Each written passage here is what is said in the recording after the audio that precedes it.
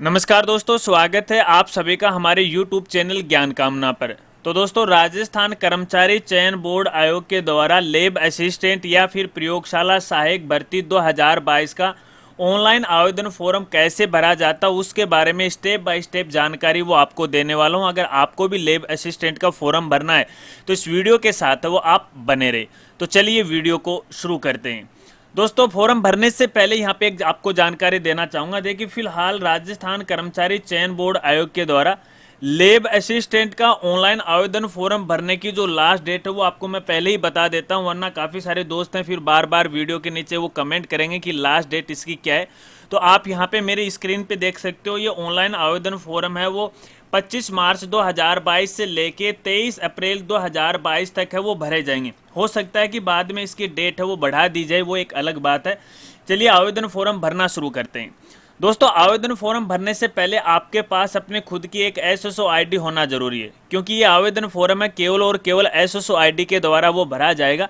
अगर आपने अभी तक अपनी खुद की एसएसओ आईडी नहीं बना रखी और आपको नहीं पता है कि एसएसओ आईडी कैसे बनाई जाती है, तो आप YouTube पे सर्च कर सकते हैं एसएसओ आईडी कैसे बनाई, तो आपके सामने हमारा ये वीडियो आ जाएगा। इस वीडियो के अंदर मैंने एसएसओ आईडी बनाने के बारे में पूरी जानकारी दी है, तो आप पहले एसएसओ आईडी वो बना लीजिएगा। अगर आपकी पहले से एक एसएसओ आईडी बनी हुई है तो सबसे पहले आपको अपनी एसएसओ आईडी के अंदर लॉगिन हो जाना है और यहाँ पे आपको अपनी एसएसओ आईडी डालनी है। इसके बाद पासवर्ड डालना है और इसके बाद ये जो नंबर दे रखा है इस बॉक्स में आपको यहाँ पे डाल देना है। नंबर डालने के बाद आपको लॉगिन पे क्लिक कर देना है। अब जैसे आप लॉगिन पे क्लिक करोगे तो क्लिक करने के बाद आपकी जो एसएसओ आईडी है वो ओपन हो जाएगी। एसएसओ आईडी ओपन होने के बाद इस तरह का इंटरफेस है वो आपको यहाँ पे दिखाई देगा, यदि आपने पहले से ही एसएसओ आईडी में किसी एप्लीकेशन पे काम किया है। अगर इस तरह का इंटरफेस आपको यहाँ पे नहीं नजर आ रहा है तो इस तरह की देखिए काफ़ी सारी एप्लीकेशन आपको यहाँ पे देखने को वो मिल जाएंगी। अब लैब असिस्टेंट के ऑनलाइन आवेदन फॉर्म भरने के लिए देखिए आपको यहाँ पे रिक्रूटमेंट पोर्टल का एक ऐप या वेबसाइट का लिंक आपको मिल जाएगा। देखिए, मेरे केस में सबसे फर्स्ट पे ये शो हो रहा है क्योंकि पहले मैंने इसको ओपन किया है या फिर इसमें काम किया है। हो सकता है कि आपके केस में फर्स्ट में शो नहीं हो, तो ऐसे में आपको अल्फ़ाबेट के हिसाब से यानी ABCD के हिसाब से आपको आर के ऊपर इसे सर्च वो कर लेना, जो कि आपको नीचे वो मिल जाएगा। तो कहने का मतलब यही है, आपको रिक्रूटमेंट पोर्टल वाले लिंक पे आपको क्लिक करना है और जैसे आप इस लिंक पे क्लिक करोगे तो जो रिक्रूटमेंट का पोर्टल है वो आपके सामने है इस तरह से ओपन हो जाएगा। अब देखिए दोस्तों, यहाँ पर आपको 3 सेक्शन है वो देखने को मिल जाएंगे। पहला आ रहा है माई एप्लीकेशन आ रहा है, दूसरा आ रहा है नोटिफिकेशन और तीसरा आ रहा है ऑनगोइंग रिक्रूटमेंट। तो आपको फॉर्म ऑनलाइन भरने के लिए ऑनगोइंग रिक्रूटमेंट वाला ये जो कॉलम दे रखा है या फिर सेक्शन दे रखा है, यहाँ पर आपको आना है और यहाँ पे देखिए आपको डायरेक्ट लिंक है वो मिल जाएगा। ये देखिए आप देख सकते हैं यहाँ पर direct joint recruitment of lab assistant 2022 और यहाँ पे अप्लाई नाउ का ऑप्शन आ रखा है। यहाँ से आपको फॉर्म भरना है, लेकिन आगे बढ़ने से पहले एक जानकारी आपको देना चाहूँगा कि मान लीजिए आप फॉर्म भर रहे हो और फॉर्म भरते समय बीच में कोई टेक्निकल इश्यू आ गया, आपका फॉर्म अधूरा भरा गया है, तो देखिए फिर ये आपका फॉर्म यहाँ से उठ के इस माई एप्लीकेशन के अंदर आ जाएगा, फिर यहीं से आपको है वो भरना पड़ेगा। चलिए फॉर्म भरना शुरू करते हैं। आपको यहाँ पे अप्लाई नाउ वाले ऑप्शन पे क्लिक कर देना है। क्लिक करने के बाद देखिए इस तरह से आपके सामने 3 ऑप्शन है वो नजर आएंगे। अब आप यहाँ अपनी फैकल्टी के अनुसार किसी में भी फॉर्म भर सकते हो, हालांकि तीनों में जो प्रोसेस है फॉर्म भरने की वो सेम की सेम है। मैं यहाँ पे साइंस के लिए अप्लाई कर रहा हूँ, आप अपने आवश्यकता के अनुसार किसी भी लिंक पे क्लिक करके आप अपना फॉर्म है वो भर सकते हो। यहाँ पे देखिए इस तरह से फॉर्म है वो ओपन हो जाएगा। इस फॉर्म के देखिए 4-5 स्टेप हैं जिन्हें आपको कंप्लीट करना है, जिसमें बेसिक डिटेल आ रखा है, पर्सनल डिटेल आ रखा है, क्वालिफिकेशन आ रखा है। कहने का मतलब सभी स्टेप को आपको कंप्लीट करना है। बेसिक डिटेल के अंदर यहाँ पे देखिए कुछ ज़्यादा जानकारी नहीं है। यहाँ पे कैंडिडेट का नाम, माता का नाम, पिता का नाम, जेंडर है, कैटेगरी है, वो आपको यहाँ पे फिल करना है। लेकिन जब भी आप अपना खुद का नाम या माता पिता का नाम लिखो तो 10th की क्लास की मार्कशीट के अंदर जो भी स्पेलिंग है उसी के अनुसार आपको यहाँ पे बिल्कुल सही सही जानकारी फिल करनी है, क्योंकि यदि गलत जानकारी फिल कर दोगे और फाइनल फॉर्म सबमिट कर दोगे तो आपको बाद में दिक्कत आ सकती है। यहाँ से आपको अपनी कैटेगरी वो सिलेक्ट करनी है। इसके बाद मान लीजिए आप में कोई शारीरिक विकलांगता का दोष है तो आप यहाँ से सिलेक्ट कर सकते हैं, अगर नहीं है तो आपको नॉट एप्लीकेबल पे टिक है वो लगा देना है। यहाँ से आपको अपना रिलीजन है वो सिलेक्ट कर लेना है। यहाँ से आपको अपनी जो वैवाहिक स्थिति उसकी जानकारी देनी। देखिए फिलहाल ये जो ऑप्शन है वो काम नहीं कर रहा है, हो सकता है कि कोई टेक्निकल इशू या फिर डिपार्टमेंट को इसकी जरूरत नहीं है। तो अगर ऐसा आपके सामने भी आ रहा है तो इसको लेके आपको टेंशन नहीं लेनी है, कोई दिक्कत नहीं आने वाली है। लेकिन यहाँ पे खास जानकारी ये है कि देखिए यहाँ पे आपको अपने जीवित बालक और बालिकाओं की संख्या देनी है, भले ही आपकी शादी हो रखी हो या नहीं हो रखी हो। अगर आप मैरिड नहीं हो तो आपको यहाँ पे 00 फिल कर देना है। अगर आप मैरिड हो तो यहाँ पे खास बात को ध्यान रखना है कि 1 जून 2002 से पहले कितने बच्चे हैं और 1 जून 2002 के बाद कितने बच्चे हैं, वो इन्फॉर्मेशन आपको यहाँ पे डालनी है। चलिए, इसके बाद दोस्तों यहाँ पे आपकी आधार आईडी है वो आपको यहाँ पे डाल देनी है। मेल आईडी तो देखिए आपके सामने वो नजर आ जाती है, जो कि आपकी एसएसओ आईडी प्रोफाइल से ऑटोमेटिक उठाई है। यहाँ पे आपको अपना मोबाइल नंबर है वो बिल्कुल सही सही भरना है, क्योंकि आगे मेल आईडी और मोबाइल के ऊपर नोटिफिकेशन वो आने वाला है। इसके बाद दोस्तों यहाँ पे देखिए आवेदन के लिए पूछा जा रहा है क्या आप राजस्थान के अनुसूचित क्षेत्र से संबंधित हो, तो आपको येस या नो कर देना। तो मैं यहाँ पे नो कर रहा हूँ, अपन इस क्षेत्र से नहीं है। इसके बाद दोस्तों आगे यहाँ पे देखिए आपको अपना पात्राचार का पता और इसके अलावा आपका जो स्थायी पता है उसकी इन्फॉर्मेशन आपको भरनी है। अगर मान लीजिए आपके दोनों ही पते सेम है तो यहाँ पे देखिए एक टिक लगाना है आपको, सेम एज ए अबव, तो ऊपर वाला जो एड्रेस है वो नीचे आ जाएगा। ठीक है, तो चलिए मैं एक बार ये इन्फॉर्मेशन वो भर लेता हूँ। डिटेल फिल करने के बाद आपको नेक्स्ट पे क्लिक करना है और इसके बाद देखिए एक पॉपअप मेनू आ जाएगा जहाँ पे आपसे इन्फॉर्मेशन मांग रहा है कि आपने जो मोबाइल नंबर या मेल आईडी दी है क्या वो सही है क्या। अगर वो सही है तो आप येस कर दीजिएगा। तो ये स्टेप आपके कंप्लीट हो जाएगी। नेक्स्ट स्टेप है वो स्टार्ट हो जाएगी, जिसमें आपको अपनी पर्सनल डिटेल है वो देनी है। यहाँ पे सबसे पहले तो अपने जो राष्ट्रीयता है उसको आपको यहाँ पे सिलेक्ट है वो कर लेना। इसके बाद अपना जो स्टेट है वो आपको यहाँ पे सिलेक्ट कर लेना। मैं यहाँ पे राजस्थान को सिलेक्ट कर रहा हूँ। अगर आप राजस्थान के अलावा दूसरे स्टेट के रहने वाले हैं तो आप अपने आवश्यकता के अनुसार अपना स्टेट है वो सिलेक्ट कर लीजिएगा और इसके बाद अपना जो डिस्ट्रिक्ट है वो सिलेक्ट कर लीजिएगा और यहाँ से अपना जो ब्लॉक है वो आपको यहाँ पे सिलेक्ट है वो कर लेना है और उसके बाद आपकी जो तहसील है वो आपको यहाँ से सिलेक्ट है वो कर लेनी है। इसके बाद यहाँ से आपका जो गांव है वो आपको यहाँ पे सिलेक्ट है वो कर लेना। तो चलिए मैं ये गांव है वो सिलेक्ट है वो कर लेता हूँ। चलिए, इसके बाद दोस्तों यहाँ पे देखिए अगला जो ऑप्शन आ रखा है पूर्व स्थापित, तो आपको यहाँ पे नो कर देना है, क्योंकि अपन सभी इंडियन हैं, अपन दूसरे देश से आके इंडिया में नहीं बसे हैं। और इसके बाद आगे आपको विशेष श्रेणी की जानकारी देनी है। अगर आप पे लागू होता है तो क्या आप भूतपूर्व सैनिक हैं, तो आपको येस और नो कर देना है। अगर आप यहाँ पे येस करते हो तो यहाँ पे देखिए आपको अपनी सर्विस के स्टेटस के बारे में जानकारी देनी पड़ेगी।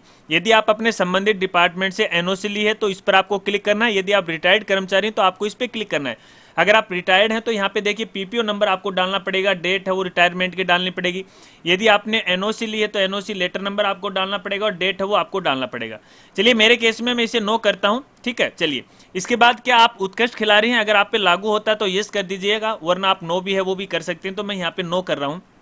इसके बाद यहाँ पे आप एनसीसी कैंडिडेट हैं तो आपको येस नो में जवाब देना है। अगर येस करते हो तो आपको यहाँ पे देखिए डेट है वो भी डालनी पड़ेगी। क्या आप भूतपूर्व कैदी हैं, अगर आप पे लागू होता है तो येस कर दीजिएगा, वरना नो है वो कर दीजिएगा। इसके अलावा दोस्तों यहाँ पे देखिए कि आप मौजूदा राज्य सरकार के कर्मचारी स्थायी हैं, तो अगर आप हैं तो येस कर दीजिएगा, वरना नो है वो कर सकते हैं। अगर आप यहाँ पे येस करोगे तो संबंधित डिपार्टमेंट की जानकारी आपको यहाँ पे फिल वो करनी पड़ेगी।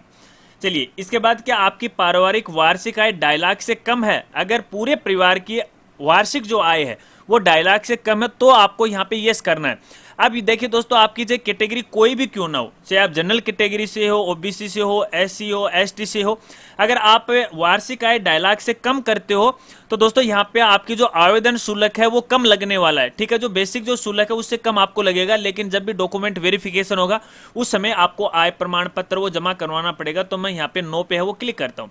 इसके बाद यहाँ पे देखिए आपकी कोई अतिरिक्त श्रेणी है तो आप यहाँ पे टिक है वो लगा सकते हैं, वरना आपको डायरेक्टली यहाँ पे नेक्स्ट पे क्लिक कर देना है। और जैसे आप नेक्स्ट पे क्लिक करोगे तो देखिए आपकी ये स्टेप है वो भी कंप्लीट हो जाएगी। अब यहाँ पे देखिए स्टेप नंबर 3 है वो आ चुकी है, जहाँ पे आपको अपनी क्वालिफिकेशन के बारे में जानकारी देनी है। और सबसे पहले देखिए यहाँ पे रेड वाला जो कुछ मामला यहाँ पे आ रखा है, इसको आपको यहाँ पे टिक लगाना है। अब देखिए यहाँ पे मामला यही है, इसका मतलब ये है कि मान लीजिए कल को डिपार्टमेंट है आपसे ओरिजिनल डॉक्यूमेंट मंगवाए तो आपको उन्हें देना पड़ेगा, बस सीधा साधा मतलब है, इसको आप यही समझना है। चलिए दोस्तों, इसके बाद आपको यहाँ पे अपनी क्वालिफिकेशन की जानकारी देनी है। 10th क्लास की, 12th की है, ग्रेजुएट है तो उसकी भी आपको जानकारी वो देनी।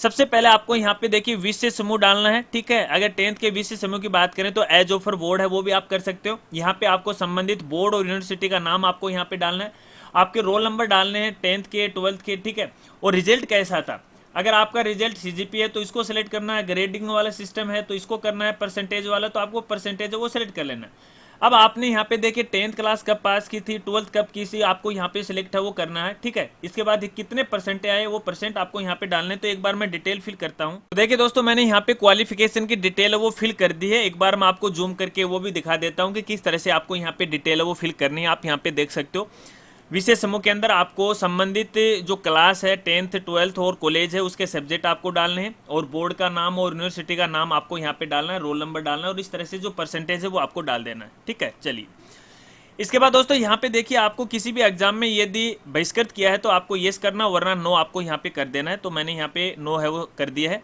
चलिए, इसके बाद आपको नेक्स्ट पे क्लिक कर देना है। तो ये स्टेप भी आपकी यहाँ पे कंप्लीट हो जाएगी, और नेक्स्ट स्टेप है वो आ जाएगी जहाँ पे आपको अपनी फोटो और सिग्नेचर आपको यहाँ पे अपलोड करने हैं, और सिग्नेचर हिंदी में भी अपलोड करने हैं और अंग्रेजी में भी आपको यहाँ पे अपलोड करने हैं। देखिए, मेरे केस में पहले से ये अपलोडेड है, हो सकता है कि आपके केस के अंदर यहाँ पे आपको बिल्कुल खाली दिखाई दे। एक बार मैं इसे डिलीट कर देता हूँ, इस तरह से आपको दिखाई दे रहा हो। फोटो और सिग्नेचर अपलोड करने से पहले एक जानकारी आपको देना चाहूँगा। देखिए, यहाँ पे फोटो की कम से कम साइज है वो 50 KB होनी चाहिए, और ज़्यादा से ज़्यादा 100 KB होनी चाहिए। और इसी तरह से सिग्नेचर की जो साइज है कम से कम 20 KB और ज़्यादा से ज़्यादा वो 50 KB होनी चाहिए, और फॉर्मेट है वो JPG का होना चाहिए। और फोटो और सिग्नेचर अपलोड करने के लिए आपको यहाँ पे देखिए चॉइस फाइल का ऑप्शन आपको मिल जाएगा। जो भी आपकी फोटो है उसको आप सेलेक्ट कर लीजिएगा, फोटो अपलोड हो जाएगी। इसके बाद मान लीजिए आपके शरीर पर कोई पहचान चिन्ह है या बॉडी मार्क है, वो आपको यहाँ पे लिख देना। अगर नहीं है तो इसे खाली भी छोड़ सकते हैं। फिर आपको नेक्स्ट पे क्लिक कर देना है, तो आपकी स्टेप कंप्लीट हो जाएगी। ये स्टेप कंप्लीट होने के बाद दोस्तों यहाँ पे आपको अपनी चॉइस है वो फिल करनी है। यहाँ पे देखिए 5 डिपार्टमेंट है वो दे रखे हैं। आप अपनी चॉइस के अनुसार फर्स्ट, सेकंड, थर्ड, 4, 5 के हिसाब से भर सकते हैं। देखिए, मैंने यहाँ पे चॉइस फिल कर रखी है। आपके लिए एक बार मैं इसे डिलीट है वो कर देता हूँ, क्योंकि आप यहाँ से इसे डिलीट है वो भी कर सकते हो। अब चॉइस फिल करने के लिए आप जो भी आप चॉइस भरना चाहते हो, सबसे पहले कौन से डिपार्टमेंट में आप जाना चाहते हो उसे सिलेक्ट कर लीजिएगा। मैं इसे सिलेक्ट करता हूँ, आप साथ साथ में यहाँ पर भी देखते जाइएगा। देखिए, यहाँ पर चॉइस है वो सिलेक्ट होके आ रही है, और इसके बाद मैंने इसको सिलेक्ट किया, फिर इसको मैंने सिलेक्ट किया, इसको किया, और मैंने यहाँ पे इसको किया। तो देखिए, हमने 5 जो हमारी चॉइस है वो फिल कर दी है। इसके बाद आपको नेक्स्ट पे क्लिक कर देना है। नेक्स्ट पे क्लिक करने के बाद आपकी स्टेप कंप्लीट हो जाएगी, और आपके सामने आपका भरा हुआ फॉर्म यानी फॉर्म का प्रीव्यू है वो आपको दिखाई देगा। अब इस फॉर्म को आपको ध्यानपूर्वक देखना है, यानी जो भी डिटेल आप फिल करके लेके आए हो क्या वो सही है या फिर गलत है, उसे अच्छी तरह से आपको वेरीफाई कर लेना है। अगर किसी प्रकार की कोई गलती रह जाती है और फॉर्म आप फाइनली सबमिट कर देते हो तो बाद में आपको दिक्कत आ सकती है। तो ऐसे में सही तरीके से इस फॉर्म को चेक करना है। अगर आपको लगता है कि फॉर्म में किसी प्रकार की कोई गलती रह गई है तो इस फॉर्म को आप यहाँ से अपडेट भी कर सकते हो। यहाँ पे नीचे लिंक आपको मिल जाएगा अपडेट का। अपडेट पे क्लिक करने के बाद शुरू से इसकी जो स्टेप है वो शुरू हो जाएंगे, और एक एक करके स्टेप आपको दोबारा भरनी पड़ेगी। जो फिलहाल अपन स्टेप फॉलो करके लेके आए वही स्टेप को आपको यहाँ पे फॉलो करना है। मान लीजिए आपकी कोई भी गलती नहीं है, आपका फॉर्म 100% सही है, फिर आपको यहाँ पे देखिए फाइनल सबमिट पे क्लिक करना है। लेकिन फाइनल सबमिट करने से पहले एक जानकारी आपको यहाँ पे देना चाहूँगा। देखिए, फाइनल सबमिट तभी होगा जब इसका आप पेमेंट सक्सेसफुली कर दोगे। और यहाँ पे देखिए पेमेंट का स्टेटस आपको नजर आ रहा है, और यहाँ पे लिखा नोट सबमिटेड येट, यानी फिलहाल आपने इसका पेमेंट है वो सबमिट नहीं किया है। और यहाँ पे देखिए अंगूठे का जो निशान है वो नीचे की तरफ है और रेड कलर का है। जब इसका फाइनल और सक्सेसफुली आप पेमेंट कर दोगे तो अंगूठे का जो निशान है ऊपर की तरफ हो जाएगा, और इसका जो कलर है वो ग्रीन कलर हो जाएगा, जिसके बारे में आगे मैं आपको बताऊंगा। मान लीजिए आपका फॉर्म सही है, आप इसको फाइनल सबमिट करने जा रहे हो। फिर यहाँ पे देखिए घोषणा है, इसको आपको ये जो बॉक्स दे रखा है इस पर आपको यहाँ पे टिक लगा देना है, और टिक लगाने के बाद आपको फाइनल सबमिट पे क्लिक कर देना है। और यहाँ पे देखिए एक पॉपअप मेनू आ गया जहाँ पे आपसे कुछ पूछ रहा है कि इसके अंदर फॉर्म में जो भी आपने जानकारी दी है वो सही है, और यहाँ पे जो डिपार्टमेंट की जो नियम और शर्तें हैं उसको आपको मानना पड़ेगा। तो ये तो यार जाहिर सी बात है, इसको आपको एक्सेप्ट ही करना पड़ेगा। फाइनल सबमिट पे अपने क्लिक करते हैं। अब जैसे हमने यहाँ पे देखिए फाइनल सबमिट किया, तो यहाँ पे देखिए एक चालान बन के है वो यहाँ पे आ चुका। आप यहाँ पे देख सकते हो, यहाँ पे जो ट्रांजैक्शन नंबर है ये आ गए, इसको आपको एक बार संभाल के रख लेना है। और यहाँ पे जो आपकी फीस लगने वाली है वो फीस भी यहाँ पे आ चुकी है। इसके बाद देखिए नीचे आपको ऑप्शन मिल जाता है पे फीस, इस पे आपको यहाँ पे क्लिक कर देना है। और जैसे आप इस पे क्लिक करोगे फिर से आपको यहाँ पे ओके पे क्लिक कर देना है। और ओके पे क्लिक करने के बाद देखिए पेमेंट गेटवे पे आपको लेके जाएगा।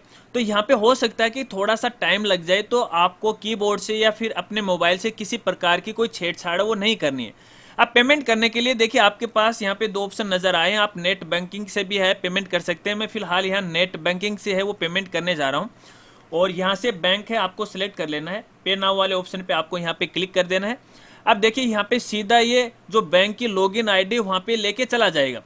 अगर देखिए मैंने तो यहाँ पे एसबीआई बैंक को सिलेक्ट किया है, आप अपनी आवश्यकता के अनुसार कोई भी बैंक है आप यहाँ पे सिलेक्ट कर सकते हैं। यूपीआई के द्वारा भी आप यहाँ पे पेमेंट है वो कर सकते हैं। मैंने यहाँ पे यूजर आईडी और पासवर्ड वो डाल दिया, आपको भी इसी तरह से डाल देना। फिर आपको लॉगिन पे क्लिक कर देना है और लॉगिन पे क्लिक करने के बाद यहाँ पे एक बार फिर से देखिए यहाँ पे आपकी जो फीस है वो आपको यहाँ पे दिखाई देगी और नीचे आपको देखिए यहाँ पे कन्फर्म का ऑप्शन आपको नजर आएगा, इस पे आपको यहाँ पे क्लिक है वो कर देना है और क्लिक करने के बाद फिर से आपसे कन्फर्म है वो पूछा जाएगा। आप यहाँ पे दे सकते हो। ये जो पीआरआर नंबर है दोस्तों, इसको आपको संभाल के रखना है। मान लीजिए ट्रांजैक्शन फेल हो जाता है, पेमेंट सक्सेसफुली नहीं होता है, तो ये आपकी काफ़ी वो मदद करेगा। इसके बाद आपके बैंक वाले मोबाइल के ऊपर एक ओटीपी आएगी, वो ओटीपी आपको यहाँ पे डालना है। ओटीपी डालने के बाद फिर से आपको यहाँ पे कन्फर्म हो कर देना, तो आपका जो पेमेंट है वो सक्सेसफुली हो जाएगा। आप यहाँ पे ऊपर भी देख सकते हो कि योर पेमेंट वाज सक्सेसफुली, ठीक है। तो यहाँ पे देखिए कुछ समय का ये टाइम है वो लेने वाला है। हो सकता है कि मान लीजिए यहाँ पे एक आध मिनट है वो लग जाए, क्योंकि वापस ये रीडायरेक्ट होके एसएसओ आईडी पे वो चला जाएगा, जहां से आप अपना फॉर्म है दोबारा प्रिंट कर सकते हो और ये पेमेंट की स्लिप है वो प्रिंट है वो कर सकते हो। थोड़ा सा आप यहाँ पे वेट कर लीजिएगा। अगर बाय द वे मान लीजिए किसी कारणवश ये 60 सेकंड के अंदर पोर्टल बैक नहीं होता है, तो फिर आप यहाँ पे देख सकते हो नीचे आ रहा है क्लिक हियर, ठीक है। तो आपको इसी क्लिक हियर वाले ऑप्शन पे वो क्लिक करना है, तो वापस आप एसएसओ आईडी में वो रीडायरेक्ट हो जाओगे। तो चलिए अपन यहाँ पे कुछ सेकंड का है वो वेट करते हैं और उसके बाद वापस अगर नहीं होता है तो क्लिक हियर वाले ऑप्शन का मैं भी यहाँ पे उपयोग है वो करूंगा। तो देखिए दोस्तों, ऑटोमेटिक है अपना जो पोर्टल है वापस बैक हो चुका है, आप यहाँ पे देख सकते हो। और यहाँ पे देखिए आपके फोरम के जो एप्लीकेशन है आपको स्क्रीन पे वो दिखाई देंगे, इसको आपको संभाल के रखना है। अब देखिए दोस्तों, यहाँ पर आपको दो ऑप्शन है वो नजर आ रहे हैं। सबसे पहला आ रहा है यहाँ पे देखिए फीस रिसिप्ट है, उसको आपको प्रिंट करने के लिए बोल रहा है। फिर आपका जो एप्लीकेशन फॉर्म है उसको आपको यहाँ पे देखिए प्रिंट करने के लिए बोल रहा है। तो मैं सबसे पहले फीस रिसिप्ट है उसको प्रिंट करूंगा। आप दोनों ही है वो प्रिंट कर लीजिएगा भविष्य के लिए। इस पर आपको यहाँ पे क्लिक करना है, यहाँ से आपको प्रिंट वाले ऑप्शन पे क्लिक कर देना है। जो भी आपके पास सुविधा है प्रिंट की, तो प्रिंट करना चाहो तो प्रिंट कर लीजिएगा, वरना पीडीएफ फाइल में आप इसे सेव है वो कर सकते हो। तो मैं इसे कैंसिल करता हूँ, आप इसे सेव कर लेना, ठीक है। फिर आपको यहाँ पे देखिए बैक आना है। अगर इस तरह से बैक नहीं जाता है, क्योंकि अभी तो हमें फॉर्म है वो भी प्रिंट करना है, तो फिर से आपको यहाँ पे होम पेज पे आ जाना है। देखिए यहाँ पे होम पेज आपको यहाँ पे दिखाई दे रहा है, इस पर आपको क्लिक करना है। अब देखिए मैं शुरुआत के अंदर यहाँ पे माई एप्लीकेशन की बात कर रहा था। अब आपने फिलहाल जो फॉर्म भरा है देखिए वो यहाँ से उठ के यहाँ पे आ चुका है, आप यहाँ पे देख सकते हो, ठीक है।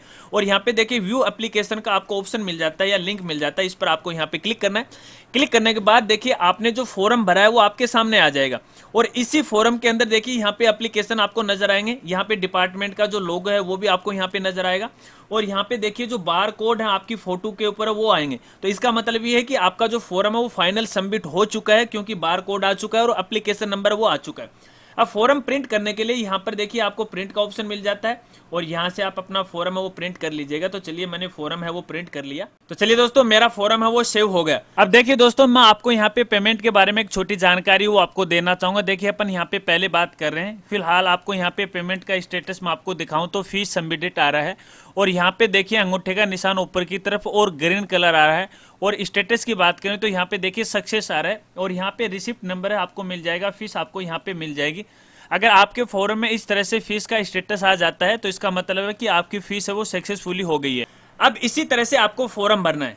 अगर फॉर्म भरते समय आपको किसी प्रकार की कोई दिक्कत आ रही है या पेमेंट को लेके किसी प्रकार की कोई दिक्कत आ रही है तो आप वीडियो के नीचे कमेंट कर सकते हैं, मैं आपकी पूरी हेल्प करने की कोशिश करूंगा। और दोस्तों यहाँ पर चलते चलते एक और छोटी जानकारी आपको यहाँ पे देना चाहूंगा कि मान लीजिए आप फॉर्म भर रहे हो, फाइनल सबमिट नहीं हुआ है और यहाँ पे देखिए फिर से कोई टेक्निकल इश्यू हो गया या फॉर्म बीच में नहीं भरा गया, तो आपका जो फॉर्म यहाँ उठ के आ जाएगा और यहाँ पे अप्लाई का ऑप्शन है वो नजर आएगा। तो आपको अप्लाई वाले ऑप्शन पे क्लिक करके फिर से आपका फॉर्म वो भरना है। मान लीजिए आपने फॉर्म तो फाइनल सबमिट कर दिया और फाइनल सबमिट करने के बाद जब आप पेमेंट करने जा रहे थे तो कोई टेक्निकल इश्यू आ गया, तो यहाँ पे देखिए पे नाउ का ऑप्शन आ जाएगा। हालांकि फिलहाल मेरे केस में तो नहीं आ रहा है, लेकिन हो सकता है जब पेमेंट फेल्ड हो जाए तो यहाँ पे नाउ का ऑप्शन आएगा, तो फिर से आपको यहाँ से पेमेंट है वो कर देना है। और पेमेंट करने के बाद देखिए कई बार ऐसा होता है कि हमारे बैंक अकाउंट से पैसे वो कट जाते हैं, लेकिन हमारे फॉर्म का जो एप्लीकेशन नंबर वो नहीं आता है तुरंत।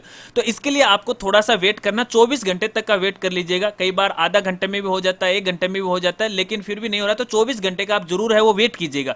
24 घंटे के बाद यहाँ पे आपका अपना फॉर्म है वो वेरीफाई करना है। ठीक है, वेरीफाई करने के बाद आपका फॉर्म या एप्लीकेशन नंबर वो जनरेट हो जाएंगे और आपका फॉर्म है वो भर जाएगा। ठीक है, इसके अलावा पेमेंट को लेके कोई दिक्कत आ रही है तो आप कमेंट कर सकते हैं।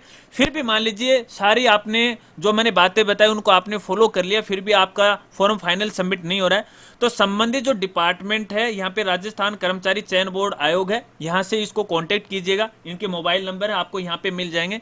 देखिए यहाँ पे जब क्लिक करोगे तो यहाँ पे देखिए कनेक्ट एक्स आ रहा है, जब आप इस पे क्लिक करोगे तो संबंधित डिपार्टमेंट के देखिए मेल आईडी आपको यहाँ पे नजर आ जाएगी, फोन नंबर आपको यहाँ पे नजर आ जाएंगे, इनकी आप हेल्प है वो ले सकते हैं। तो दोस्तों कहने का मतलब ये है कि इसी तरह से अपन लेब असिस्टेंट 2022 का ऑनलाइन आवेदन फॉर्म है अपनी SSO ID के द्वारा भर सकते हैं। और इसके अलावा अगर वीडियो जानकारी आपको अच्छी लगी हो तो यार वीडियो को लाइक कर देना, शेयर कर देना, और चैनल पर पहली बार आए और अभी तक चैनल को नहीं सब्सक्राइब किया है तो चैनल को भी सब्सक्राइब कर लेना, बेल आइकन है उसे भी दबा देना, ऑल नोटिफिकेशन है उसे भी ऑन कर लेना, ताकि इसी प्रकार से नई नई वीडियो की जानकारी वो आपको मिलती रहे। तो मिलते हैं फ्रेंड्स अगली एक नई वीडियो के साथ, तब तक के लिए जय हिंद, जय भारत।